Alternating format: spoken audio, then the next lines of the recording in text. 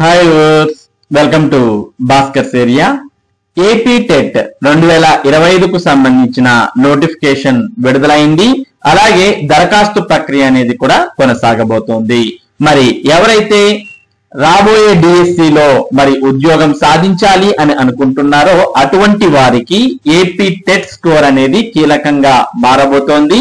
కాబట్టి already TET రాసినటువంటి వారు కూడా మరోసారి టెట్ రాసి ఇప్పటికే వారికి ఉన్నటువంటి మార్కులను మరింత పెంచుకోవడానికి చాలా మంది ప్రయత్నిస్తూ ఉన్నారు.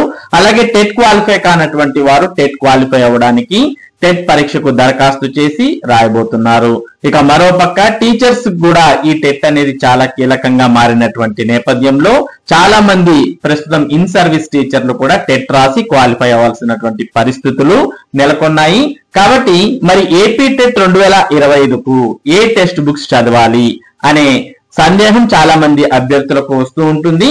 మరి గతంలో నిర్వహించినటువంటి టెట్ కావచ్చు, డిఎస్సి కావచ్చు, వీటికి సిలబస్ లో మరి గతంలో 1 నుంచి 9వ తరగతి వరకు కొత్త పుస్తకాలు, 10వ తరగతికి మాత్రం పాత పుస్తకాన్ని చదవండి అంటూ గత టెట్ కు డిఎస్సికి ప్రభుత్వం సిలబస్ అనేది ఇవ్వడం జరిగింది. కానీ ఈసారి ఏపీ టెట్ 2025లో మార్పులు అనేవి చోటు చేసుకున్నాయి.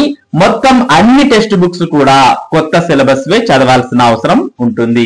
మొత్తం మనకు 1వ తరగతి నుంచి 10వ తరగతి వరకు ఏదైతే ప్రభుత్వం కొత్త పుస్తకాలు తయారు చేసి విద్యార్థులకు పంపిణీ చేసిందో అటువంటి టెక్స్ట్ బుక్స్ అన్ని కూడా చదవండి అంటూ మరి ప్రభుత్వం పేర్కొంది. దానికి సంబంధించిన సమాచారాన్ని మనం ఇక్కడ చూస్తూ ఉన్నాం. The detailed syllabus for all subjects shall be designed by the SCERT, State Academic Authority, and the same shall be issued along with the notification. Candidates are informed to follow present academic year 2025-2026 state syllabus textbooks from class 3 to 10. The candidates have to follow 2014 to 2025 editions of DED or DLED Telugu Academy textbooks and 2019 editions of SCERT DLED textbooks అంటూ clear గా పేర్కొనడం జరిగింది. కాబట్టి ఏవైతే మనకు ప్రభుత్వం పంపిణీ చేసినటువంటి కొత్త టెక్స్ట్ బుక్స్ ఉన్నాయో మరి 3వ తరగతి నుంచి 10వ తరగతి వరకు ఆ అకాడమిక్ టెక్స్ట్ బుక్స్ ను మరి ఎవరైతే టెట్ కు ప్రిపేర్ అవుతున్నారో వారు వీటిని ఫాలో కావాలి. ఇక డిఎడ్ డిఎల్ఈడి వారికి సంబంధించి అయితే 2014 నుంచి 2025 ఎడిషన్స్ కు సంబంధించిన అకాడమిక్ టెక్స్ట్ బుక్స్ ను ప్రిపేర్ అవ్వండి.